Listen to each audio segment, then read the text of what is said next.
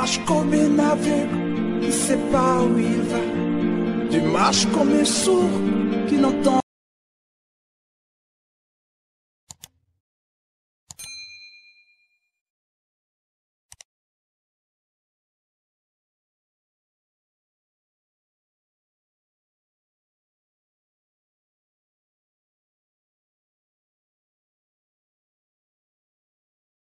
Le deuxième son, c'était, on était dans une maison. La maison, elle avait 2 portes. C'est la même maison même que je me souviens où, pour la première fois, cette maison-là, le Seigneur m'a fait part de mon pasteur qui vivait dans cette maison. Mais le 31, c'est toujours la même maison. Et on était là. La première porte, il y avait la jeunesse. Il y avait en tout cas la fête. Il y avait la fête. Vraiment, comme on a l'habitude de faire, même lorsqu'on finit même le culte à l'église, il y a toujours des attroupements où le frère X, ou bien la sœur X et la sœur X s'aiment beaucoup. Donc, la manière qu'on a l'habitude de faire des petits clans, on s'entend et tout ça là. Là-bas aussi, c'était pareil. Alors après, j'ai vu, après j'étais dans la cour et je me suis déplacée. Alors après, je vois un homme habillé en tout en noir. Mais il n'avait pas des yeux comme nos yeux. Donc là où il y a...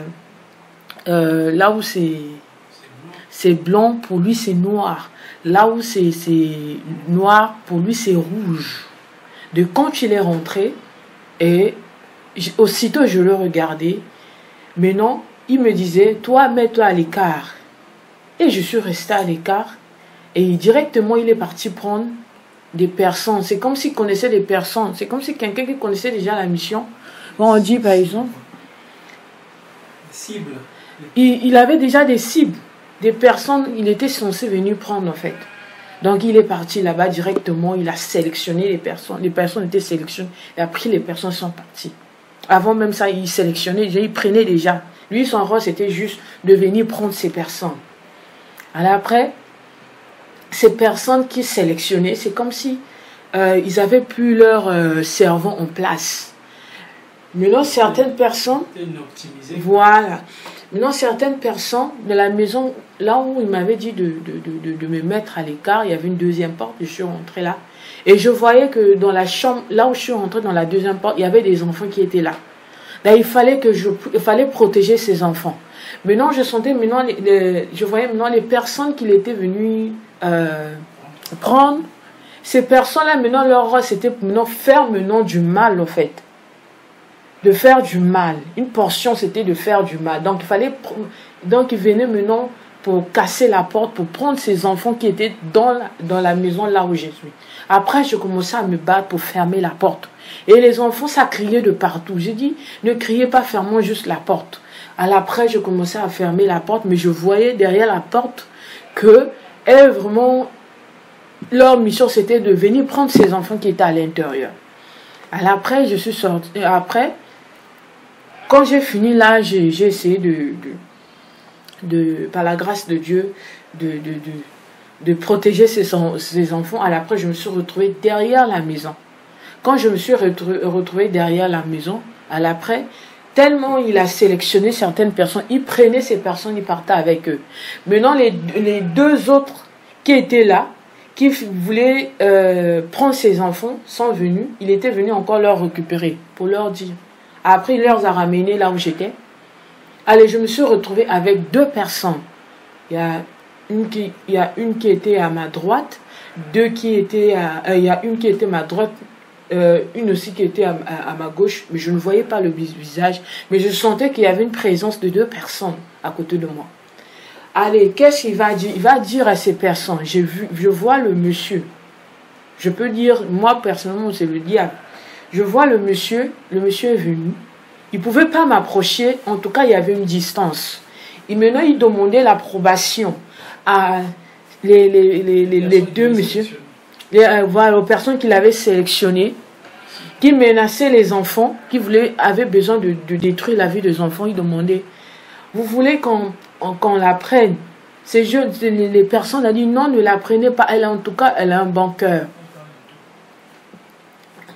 Il disait que ces personnes disaient, lui, il a demandé l'approbation aux deux sélectionnés encore. Vu qu'il avait pris les autres, donc il venait encore pour prendre les autres qui faisaient du mal, qui étaient censés faire du mal aux enfants. Et il commençait à témoigner pour dire, non, ne la prenez pas. Ne la prenez pas. Elle a vraiment un bon cœur. Alors après, elle a dit, d'accord. C'est comme s'il pouvait suivre les directives de deux personnes qui étaient à ma droite et à gauche. Alors après, à un moment donné, quand ils ont parlé ainsi, je sais pas comment j'ai fait, je me suis agenouillée et je me suis fondue en larmes. Quand je me suis fondue en larmes, et je commençais à dire merci. Je criais à haute voix, merci, merci. Alors après, c'est lui qui dit que tu dois remercier Dieu.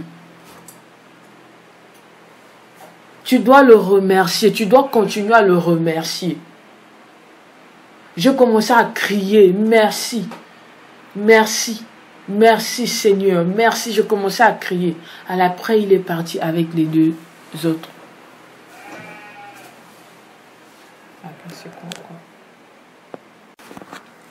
Le troisième son, c'était... je tenterais, c'était juste dans la même ruelle, même, la même maison où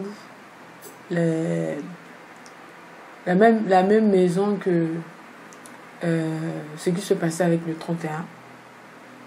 Allez, le songe, c'était, j'étais en train de marcher avec ma mère. On marchait, quand on marchait, on est arrivé à la maison. On était là, ça causait, il y avait vraiment de l'ambiance. On était là et autres, on apprend qu'on est ressorti. Quand on est ressorti, on marchait avec maman et c'était plus ma mère. Après, c'est comme si, de nulle part, je vois deux hommes qui apparus, qui me parlaient et je ne prêtais pas attention en fait. Hein? Voilà, je ne prêtais pas attention, comme d'habitude quand la plupart des songes que le Seigneur me fait pas, là où je me sens à l'aise, c'est là où que je veux partir. Hein. Tout d'un coup, par force, je me retrouve avec les autres, à souffrir avec les autres, à participer au fait. Après, à un moment donné, on s'est retrouvés je me suis retrouvée avec les deux messieurs. Ils étaient habillés en tunique. On était suspendus au fait dans les airs. Donc, on faisait les deux, monsieur et moi. Nous étions à trois. À un moment donné, on a commencé à entendre. Parce que là, quand on venait, j'ai vu la jeunesse. On a commencé à entendre que il y avait... C'est comme comme on a l'habitude de faire nos présidents qui passent dans les tapis rouges, là, bien là, on a bien décoré, autres. Alors après, on commençait à me dire, reste tranquille, sois attentif. J'ai dit, j'étais obligée de rester là, d'être attentif. Après, je vois comme ça, quelqu'un qui appelait les chrétiens, qui disait, venez, venez, venez, venez, venez. Et les gens venaient aussi. Venez, quel est ce Dieu que vous avez entendu, vous ne le voyez pas. Hein? On vous dit qu'il vient, il ne vient pas. Moi, j'ai la richesse. Il présentait au fait la richesse. Et ça venait, que ce soit les vieillards, en tout cas, toute nationalité confondue. Et tout homme, tout homme confondu, au fait. Les gens s'approchaient. Il prêchait, il annonçait, je peux dire, son évangélisation à lui. Il parlait que de la prospérité. Venez, en fait, je ne voyais pas. Après, à un moment donné, j'entendais juste la voix qui parlait, ça attirait les gens, ça attirait. Après, j'ai vu, il y avait un tapis rouge. Quand il y avait un tapis rouge, mais ce tapis rouge, quand je suis en train de regarder, ça prolongeait. Après, j'ai vu, il y avait une trône. C'est ça, non? Il y avait une trône. Une trône là, mais je ne voyais pas quelqu'un. Mais la voix, j'entendais quelqu'un qui criait. Quel est ce Dieu? Quel est ce Dieu que vous ne voyez pas? En fait, c'est comme s'il leur expliqué que c'était juste des promesses inutiles. Mais lui, il a les promesses là entre ses mains, il les réalise. Mais ça tirait. Alors après, les gens venaient, tellement les gens venaient, vu qu'il fallait respecter la marche, c'était lui, je peux dire, c'était lui le roi. Allez, à droite, il y avait les gens. À ma gauche, il y avait aussi des gens, mais moi, j'étais avec ces deux messieurs qui étaient en tunique. On était là suspendus en haut. Alors après, ces gens-là sont venus. Il y avait beaucoup de gens. Alors après, ils commençaient à parler. Il faudrait me vénérer. Maintenant, les gens commençaient à le vénérer. Alors après, les deux messieurs qui étaient avec moi m'ont dit, mais tu ne te prosternes pas. Moi, j'ai dit, je ne peux pas me prosterner. Je ne peux pas me prosterner. Et elle me dit, tu dois te prosterner si tu te prosternes. Moi, j'ai dit, je ne peux pas me prosterner parce que je résistais. Alors, le fait que je résistais, je disais à ces deux messieurs que je ne peux pas me prosterner. Alors après, c'est là que j'ai vu. Il m'a dit, regarde en bas, sous mes pieds. Quand je regardais en bas, chaque chrétien qui venait, qui acceptait cet évangile, en le mettant en prison. Il y avait une prison qui était en bas. Donc, c'est là qu'on mettait les gens en captivité. Le fait que tu acceptes et tu vénères. Et j'ai vu comment les gens vénéraient. Donc, c'est comme si on signait en fait ce pacte. Les gens étaient en bas. J'ai dit, mais qu'est-ce qui se passe? Alors après, on dit, il faut vraiment te prosterner. Moi, j'ai encore crié, je ne veux pas me prosterner. C'est là que j'ai vu. Qui était avec toi? Oui. Et eux, ils étaient avec toi. Pourquoi ils te disaient que tu prosternes? En fait, eux, ils étaient avec moi, c'est quoi? C'est comme si je pouvais comprendre que c'était ma foi. C'est pour tester ma foi. Comme le Seigneur lui-même, il avait dit. Tu vas être séduit. Voilà, comme le Seigneur avait dit que nul ne doit se prosterner devant les dieux étrangers, en fait. C'est pour attester ma foi. J'ai refusé, j'ai dit non. Après, à un moment donné, quand j'ai résisté, ils m'ont laissé. C'est là qu'ils m'ont montré comment les âmes qui acceptaient étaient emprisonnées. Donc là où je voyais, c'était juste un petit trou. Mais il y avait, moi je voyais en fait, il y avait juste un petit trou. Il y avait des barres de fer. Mais il y avait du monde à l'intérieur. Après c'est là maintenant, quand on me dit mais non, elle me dit d'accord, tu as refusé. C'est là qu'on me montait. La personne qui appelait, c'était le dragon. J'ai vu un dragon géant. Tu vois la queue là avec les écailles. Géant. Oui. Géant énorme. Quand je me suis réveillée, en tout cas ce jour-là, j'ai eu la peur. Mais je remercie Dieu vraiment. Comme on dit toujours que quand tu vis là, c'est mieux de vivre. Quand tu vis, quand tu témoignes, il y a plus d'efficacité au fait.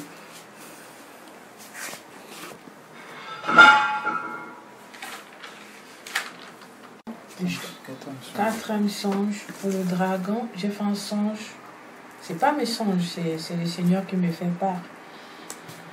Dans le songe, c'était j'étais en train de marcher et je voyais on me donnait, j'étais avec mes frères et sœurs et on m'avait annoncé la nouvelle chez une personne que je n'ai même pas vue et qui me parlait. Il me disait que il y a tel événement qui va se passer, c'était une directive. J'étais avec ma soeur et ma nièce et l'un de mes frères. Il a dit, vous allez rester à la maison, vous allez creuser un trou.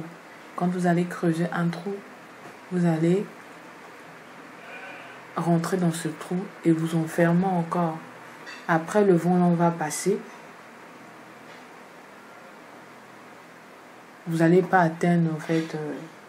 vous ne serez pas atteindre, en fait, de ce vent qu'ils vont souffler. Alors après, à un moment donné, j'ai commencé à dire, ah, mais ma mère et mon père est de l'autre côté. Moi, je veux réunir toute ma famille afin que ma famille... Moi, je vais réunir toute ma famille afin que nous tous en soyons dans la même maison, en fait. Alors, après, du moment que je partais, quand je partais, je suis allée voir ma mère. Je lui ai dit à ma mère que, ah, maman, viens, on va aller à la maison. Tout ça, c'était déjà trop tard. Du moment quand j'ai annoncé la nouvelle à tout le monde que préparez-vous et fouillez. C'est comme s'il y avait des gens qui ne prêtaient pas attention et tout ça là. Au moment où je rentre, ma mère est ressortie et mon père, j'avais déjà creusé le trou.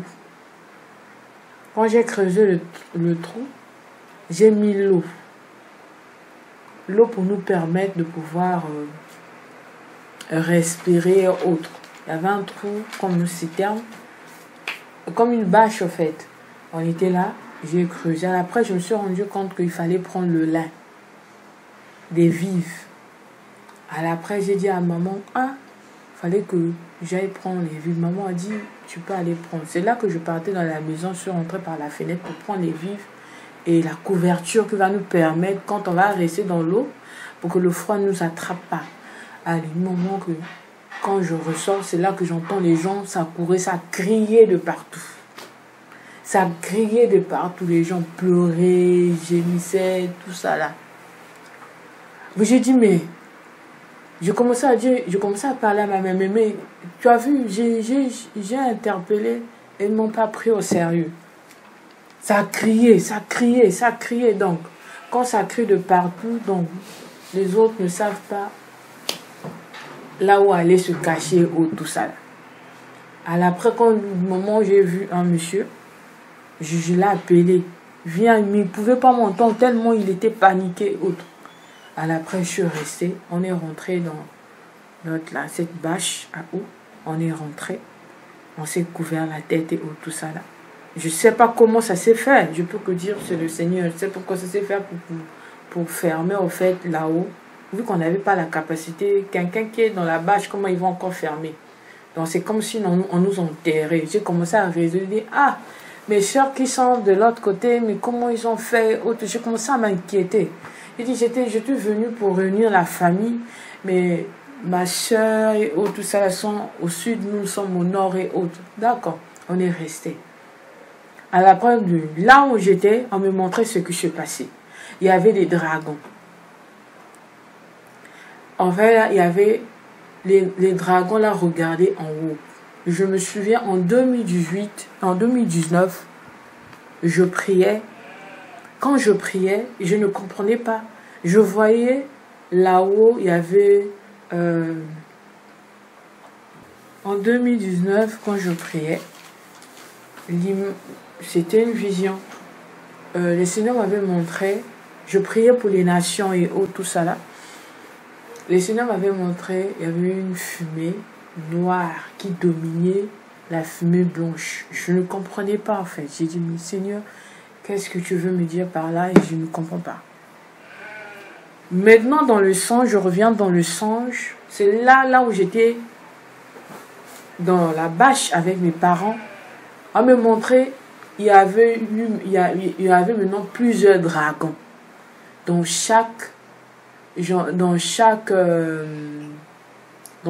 ville. Donc ces dragons-là, leur bouche regardait en haut. Donc, ils ne pouvaient pas regarder, leur regard n'était pas fixé en bas, mais c'était en haut en fait. Donc c'était bien détaillé dans chaque regard, chaque ville, donc c'était bien détaillé. Donc maintenant, eux tiraient. Quand ça tirait, il y avait une fumée noire qui sortait. Maintenant, cette fumée noire qui sortait se réunissait avec, au fait, les fumées des autres. Après, s'envahissait, au fait, l'autre là, le ciel. Maintenant, le problème avec, maintenant, quand ça venait sur la terre, on aspirait, au fait, cette fumée-là. Et ça créait une catastrophe, l'autre là, en fait, une catastrophe. Donc, ça tombait, ça créait le séisme. Ça a créé la famine, ça a tué. Donc les gens n'avaient plus de cerveau. Et j'ai vu des personnes qui n'avaient plus les yeux. Là où nos yeux... des mémoires, en fait, là où on avait les yeux, nos yeux, souvent c'est blond, c'est devenu noir, c'est roux. Donc c'était vraiment, il y a eu plusieurs morts, en fait. Plusieurs morts. Après, allez, c'est fini. Quand on est sorti de là, je commençais à m'inquiéter pour mes soeurs. Après, on me donnait des chiffres du nombre des morts. Il y a eu plusieurs morts. Et j'ai vu des maisons qui étaient enterrées par le séisme. J'ai vu donc, en tout cas, les gens n'avaient plus de maisons. Il n'y avait plus de maisons. Et je voyais comment les gens partaient s'émigrer dans les pays voisins. Il y avait une voiture qui venait chercher les gens qui étaient sans abri ou tout ça. Moi, je m'inquiétais. Je dis, mais où sont mes soeurs? J'ai vu une soeur. Elle s'appelle la soeur Esther. Je lui ai demandé, s'il te plaît, tu n'as pas vu mes frères et soeurs? Elle m'a dit, non, je ne sais pas. Je commençais à m'inquiéter. Maintenant, on est venu me dire qu'il y avait un monsieur, il a perdu ses 6 enfants dans le séisme et sa femme aussi. Donc, on me parlait de beaucoup de choses. Alors après, c'est là que j'ai vu mes frères et soeurs. Après, je leur dis, mais comment vous avez fait? Ils ont dit, non, on a suivi une directive et tout ça là. Alors après, on me revient, c'est là que j'ai compris. Non, dans le songe, c'est là que j'ai compris. Le fait que j'ai obéi à Dieu, d'aller prendre mes parents, de faire son œuvre faite, afin que lui puisse, c'est comme ça. Le fait que j'ai obéi à la directive de Dieu, lui, il a pris soin de mes frères et sœurs. Vraiment, il y a tellement de signes concernant les dragons et autres. Et concernant la jeunesse est vraiment exposée. Et nous, la jeunesse, on est vraiment exposé sur beaucoup de choses. Vraiment, je pouvais comprendre personnellement ce mauvais vent-là, c'est la fausse doctrine. La fausse doctrine actuellement a pris l'ampleur. Et je pouvais faire encore... Je priais, c'était une vision. Je priais, je voyais le dragon. J'ai vu le dragon sur le... Je priais avec l'une de mes sœurs. C'était un dimanche à 15h. On avait fini le culte. On est rentré à la maison. Et on s'est mis à prier comme ça pour l'église. On s'est mis à prier et le Seigneur me montrait, il y avait un dragon qui a pris le micro dans l'église. Il est devant la chaire, il prêchait. Alors après me montrer, la cible, c'était la jeunesse. Il prêchait. Après, on a fini de prier. Et le Seigneur ne cessait pas de continuer à me parler à ce sens. Et il me disait que mon peuple est en danger. Mon peuple est en danger. Mon peuple est en danger. Je pouvais vivre actuellement ce que même moi-même je suis un témoin. Je suis témoin de cela. J'ai eu les dégoûts. J'ai fait 6 mois à la maison. Je ne partais plus prier parce que j'ai eu les dégoûts du message. Dans le secret, le Seigneur me fait part d'un autre message. Et mon esprit a besoin d'être nourri. Mais quand je pars m'asseoir pour écouter l'évangile, c'est pas ça. Ça ne concorde pas en fait. C'est pas ça. Et j'étais dessus, j'ai pris l'initiative de rester à la maison et je priais, mais à l'intérieur de moi, j'avais besoin de la communion fraternelle. Le verset qui me venait à cœur, c'est Psalm 133 ou bien 130. Si je ne me trompe pas, il dit, il est préféré. Il est doux que... Il est doux que les frères et sœurs les demeurent ensemble. Voilà, c'est ça le verset. Donc je me sentais faible. J'avais besoin de l'onction des frères et sœurs. C'est ça. Je priais pendant ces 6 mois. J'ai dit, Seigneur, montre-moi une église où on prêche ta sainte doctrine. Tu sais, tu veux que je sois enseigné. Mais montre-moi une église. J'ai dit, Seigneur, jusqu'à quand mon cœur sera mal habillé. Les hommes voient l'aspect physique, que je suis bien habillé. Mais au fond, tu sais que mon cœur est mal habillé. Mon cœur a besoin de la bonne nourriture, a besoin d'accroître spirituellement. Tu sais que mon cœur a besoin... tu sais que mon besoin a besoin qu'on puisse l'entretenir, en fait. J'ai vraiment eu le dégoût d'aller à l'église. de suivre les enseignements. Actuellement, les enseignements qui se passent, que je ne critique pas, mais pour moi, c'est une réalité. Ici à Dakar, je suis à Dakar, précisément, vraiment, les dégoûts du message. J'ai eu les dégoûts du message parce que je voulais accroître spirituellement, mais je sentais que je ne grandissais pas. Je pouvais ressentir cela. Je ne grandissais pas. J'étais dans la routine spirituellement. J'étais plus dans la religion que de connaître le Seigneur. Vraiment, le message qui est en train d'être prêché actuellement, vraiment. Je ne refuse pas le message de la prospérité. C'est Dieu qui le donne, mais on doit revenir à l'essentiel. Lui-même, il a dit, l'or et l'argent l'appartiennent. Mais c'est lui qui donne l'argent, en fait. Si on ne parle pas de sa parole. Aujourd'hui, on présente les poches de Christ sans pour autant présenter la personne de Christ. Dans le secret, il me dit autre chose. Il me parle de le moment et la période. Il pouvait me dire que l'Église n'arrive pas à interpréter quel est le moment que nous sommes, en fait. Quelle est la période, quel est le message qui doit aller de pair pour pouvoir préparer mon épouse en enlèvement. L'Église ne sait pas. On n'est pas à jour. C'est comme si, vous pouvez me donner l'exemple, une entreprise qui vend des cartes de crédit. On a bien dit entreprise qui vend des cartes de crédit. Mais l'entreprise produit par exemple des mangues. C'est ça, l'Église est arrivée à cette dimension-là, en fait. On prêche maintenant pour les offrandes. On prêche maintenant pour des lots là, des dîmes. Mais on ne prêche plus la sainte doctrine.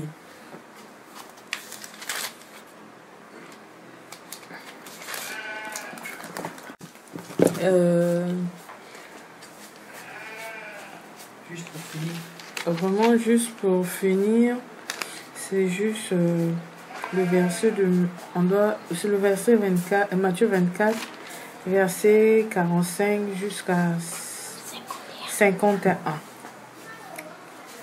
Le Seigneur dit: quel est donc le serviteur fidèle et prudent que son maître a établi sur ses gens, pour leur donner la nourriture au temps convenable. Heureux ce serviteur que son maître, à son arrivée, trouvera faisant ainsi. Je vous le dis en vérité, il établira sur toutes ses biens. Mais si c'est un méchant serviteur qui dit en lui-même: mon maître tarde à venir, s'il se met à battre ses compagnons, s'il mange et boit avec les ivrognes, le maître de ce serviteur viendra le jour où il ne s'y attend pas, et à l'heure qu'il ne connaît pas. Il le mettra en pièces et lui donnera sa part avec les hypocrites. C'est là qu'il y aura des pleurs et des grincements dedans. Amen.